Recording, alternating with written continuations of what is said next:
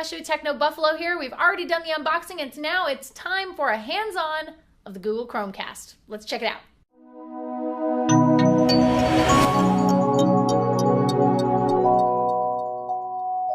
Okay, so here we are. I have already plugged in the Chromecast. It's really easy to use. It's just a dongle that you plug into an HDMI port on the back of your TV. And it's also powered by two different options. So you can either use the USB cable to plug into your TV for it to power itself, or you can use the wall wart, which Google actually recommends in the box, but we have it plugged in directly to our television. So if you're curious as to whether there's any kind of difference in power quality or anything like that, there isn't. Super easy. As long as your TV can power the Chromecast, you don't have to worry about plugging it into a wall wart. Setup was really easy. All we had to do was go over to google.com/Chromecast/setup. It'll walk you through everything. It'll have you connect the Chromecast to your local network. So you pick your SSID, you put in your password, and boom, your Chromecast is connected and ready to stream. On the Nexus 10, we have installed the Chromecast app, which you can get for free in the Google Play Store. There isn't anything quite available yet for iOS users, so if you're on an iPad or an iPhone, you're a little bit out of luck, but you probably already have an Apple TV anyway if you're using both of those devices. So let's stick with Android, and I will show you what Chromecast is all about. So today we're going to use three different apps. We're going to use Netflix, YouTube, and Play Movies and TV from the Google Play Store to check out different ways of watching and streaming all of our content to our television. So first up, we'll start with Netflix.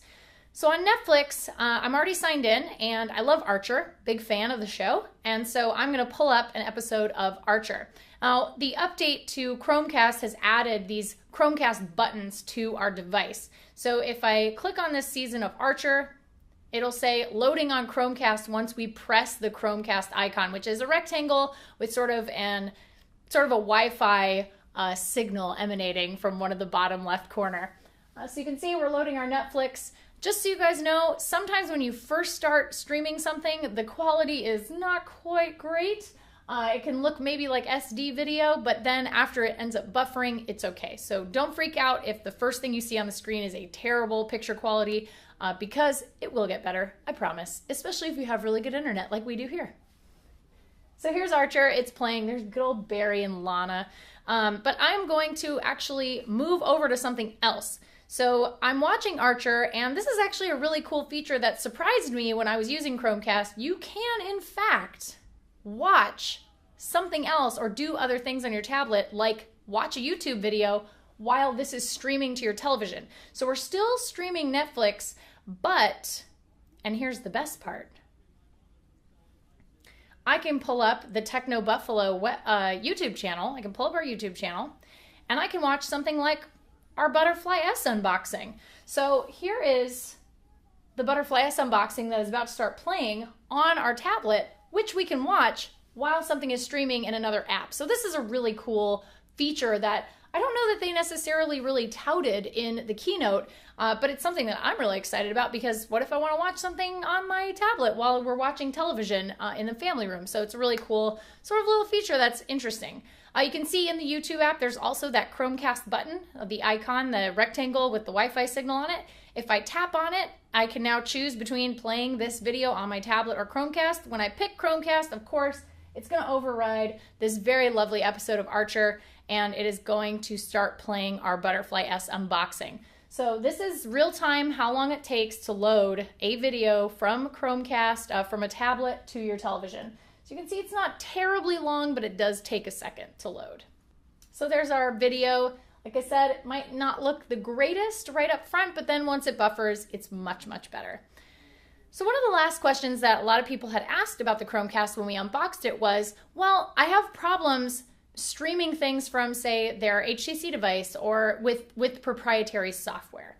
So one of the questions they had was, can I stream bought or rented movies and television shows from the Google Play Movies and Television app to my television with Chromecast? Because if I can't, then really what's the point? And I agree with that. I think that that's true.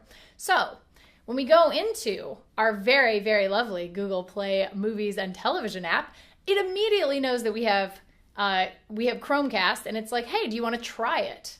You can cast right to your TV. So that's very cool. And if you don't see this cast to your TV option, that's okay, because there's also the Chromecast icon in the upper left, or I'm sorry, the upper right corner of our screen.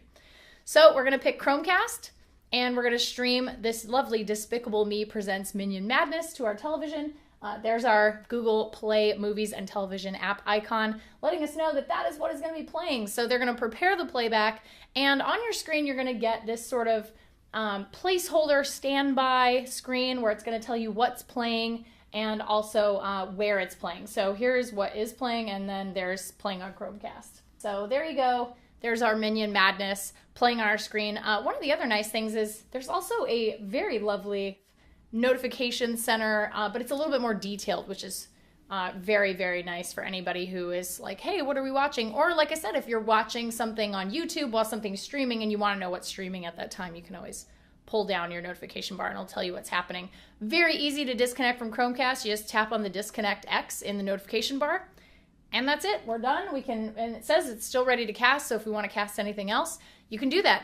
Like I said, not quite ready for iOS yet, which is a little bit of a bummer for anybody who is using the Google ecosystem but has iOS products. I know that I still use a lot of Google stuff, even though I have some Apple things like an iPad. So sorry guys, it's not quite ready for you yet, but if you're in the Android ecosystem, this is a great value at 35 bucks. You might not get those 3 months of Netflix for free, which kind of sucks, but other than that, I think it's a really, really great product. We're not sure. We haven't gotten 4.3 yet on the Nexus 10 that we have here in the office. So I'm not positive if we can stream photos from our photo galleries to Chromecast. We tried it earlier with 4.2.2, but it didn't. So it did not have a Chromecast icon or an option in the share feature. So that's something that you might want to consider if you are dying to show off your summer vacation photos. They don't quite have that feature yet, but if they do in 4.3, we will let you know.